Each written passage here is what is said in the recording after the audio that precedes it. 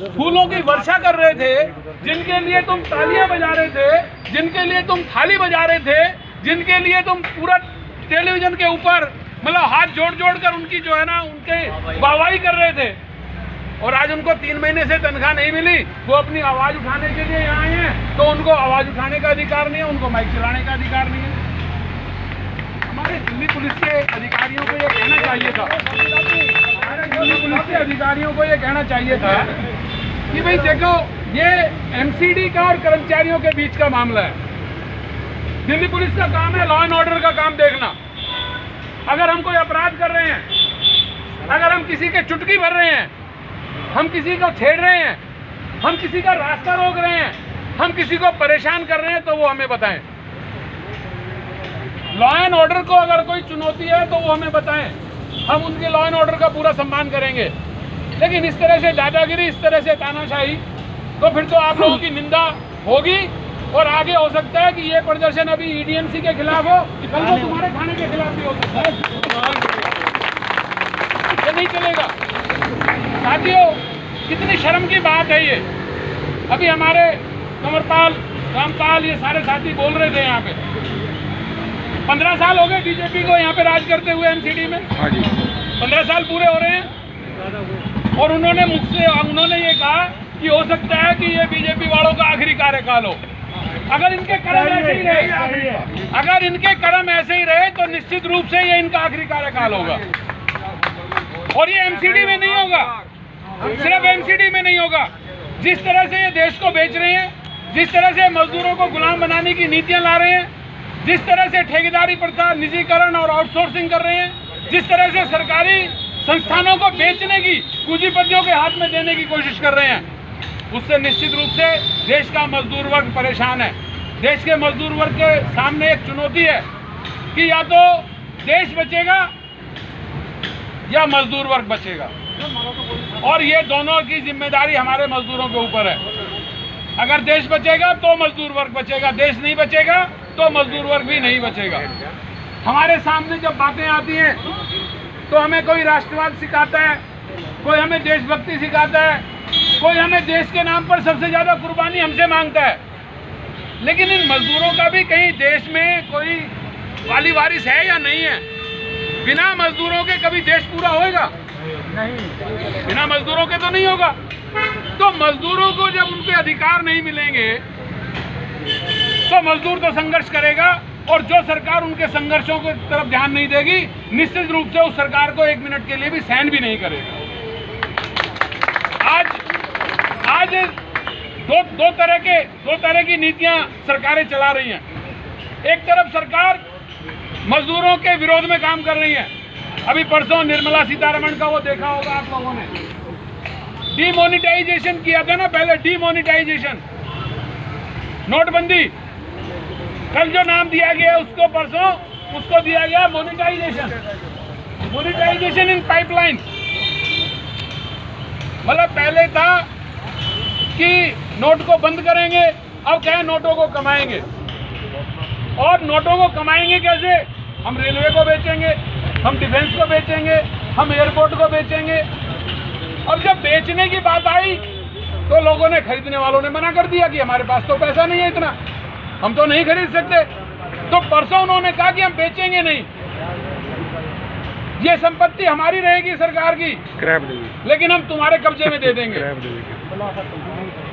तुम कमाओ, तुम खाओ, और जब बर्बाद हो जाए रेलवे, जब बर्बाद हो जाए एयरपोर्ट, जब बर्बाद हो जाए डिफेंस, तो फिर हमें दे देना। 4 साल के लिए देने का फैसला उन्होंने परसों कर लिया। तो ये जो चीजें हैं, ये हमारे मजदूर वर्ग के लिए चिंता की बात है। जहाँ तक डीबीसी कर्मचारियों का बात है, डीबीसी कर्मचारी पिछले लगभग 20 साल से, 26 साल ज्यादा भी हो गए,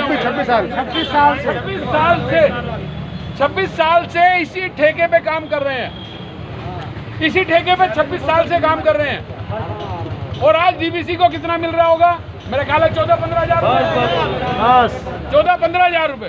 अगर इस 15 हज़ार रुपए का दिल्ली जैसे एक लाख सिटी में, अगर इसके अगर इनको ये भेज दिया जाए कि 15 हज़ार में तुम अपना खर्चा चलाओ, तो मेरा ख्याल है इनके कुत्तों का खर्चा ज्यादा होगा ये 15,000 में अपना कुत्ते भी नहीं पाल पाएंगे, परिवार का गुजारा करना पड़ता है। और हमसे कहते हैं कि हम अपने परिवार का गुजारा करें इन 15,000 में। और जब 15,000 भी मांगते हैं तो कई महीने तक वो 15,000 भी नहीं मिलता है। तो ये जो चीजें चल रही हैं, और सिर्फ ये आर्थिक शोषण की बात नहीं है दोस्तों, सिर्फ आर्थिक शोषण की बात नहीं है, सामाजिक रूप से भी हमारी एकता को तोड़ने की कोशिश की जा रही है। सामाजिक रूप से भी मजदूर वर्ग की एकता को कमजोर करने की कोशिश की जा रही है। जब आप मांग करते हैं कि ठेकेदारी प्रथा को बंद कीजिए, हमें परमानेंट कीजिए, तो वो कहते हैं देखो हम राम मंदिर बना रहे हैं। आप देखो राम मंदिर बना रहे हैं। जब हम कहते हैं निजीकरण बंद करो या आउटसोर्सिंग बंद करो, तो देखो हमने कश्मीर में तुम्हें जमीन खरीदने के लिए अलाउ कर दिया है, वहाँ पे तुम प्लॉट खरीद सकते हो। वहाँ पे प्लॉट खरीद, यहाँ पेट नहीं भर रहा, वहाँ पे प्लॉट खरीदने मजदूर वर्ग जाएगा। तो ये जो भावनात्मक शोषण है, एक तो आर्थिक रूप से शोषण है, दूसरा भावनात्मक शोषण है। और भावनात्मक शोषण इसीलिए किया जाता है कि वो अपनी आर्थिक नीतियों को जायज ठहरा सकें। और जब भावनात्मक शोषण करके जब वो सरकारों का निर्माण करते हैं, तो जनता को ये बताते हैं कि देखो इस ठेकेदारी प्रथा की जो हमारी नीति थी, इस आउटसोर्सिंग की जो हमारी नीति थी, इस निजीकरण की जो हमारी नीति थी, इसके बावजूद जनता ने हमें वोट दिया है, इसलिए हमारी नीति बिल्कुल ठीक। वो ये जो प्ली लेते हैं। तो आने वाले समय में अभी एमसीडी के जब भी चुनाव आएंगे, निश्चित रूप से हमें ये तय करना होगा कि डीवीसी कर्मचारियों के साथ, दिल्ली नगर निगम के कर्मचारियों के साथ कौन है और कौन नहीं है। जो नहीं है उसको हम 1 मिनट भी बर्दाश्त नहीं करेंगे। हमारे बहुत से साथी कहते हैं कि जी अगर ये नहीं होंगे तो कौन होगा? भाई काला चोर होगा, पर दुश्मन नहीं होगा। ये काला चोर होगा। जिसको जाने का डर रहेगा वही तो कुछ तुम्हें पूछेगा, जिसे जाने का डर नहीं होगा वो तुम्हें क्यों पूछेगा? तो इसलिए इन सरकारों को ये बताना पड़ेगा कि अगर आप हमारे पक्ष में काम नहीं करेंगे, मजदूरों के पक्ष में काम नहीं करेंगे, मजदूरों को परमानेंट नहीं करेंगे, मजदूरों को पूरा वेतन नहीं देंगे, तो 1 मिनट भी हम तुमको बर्दाश्त नहीं करेंगे। आने वाले समय में हम तुम्हें सत्ता से पे बिठा सकते हैं तो सत्ता से हटा भी सकते हैं। ये चेतावनी। और आप अकेले डीवीसी कर्मचारी परेशान नहीं है, चाहे वो सफाई कर्मचारी हो। देखा है ना, सफाई कर्मचारियों को तनख्वाह के लिए कितना बड़े आंदोलन करने पड़े हैं। मैंने देखा है यहाँ पर एमसीडी के अंदर, चाहे वो हमारे अध्यापक हों, चाहे वो हमारे डॉक्टर्स हों। हिंदूराव हॉस्पिटल के डॉक्टर्स के धरने में मैं गया, उनको वेतन ही नहीं मिलता। तो कहते थे कोरोना का इलाज करो, वेतन नहीं मिलेगा, अभी पैसा नहीं है। और जब पैसा ही नहीं है, तनख्वाह नहीं दोगे तो इलाज में मरने के लिए कौन जाएगा भाई वहाँ पे? आप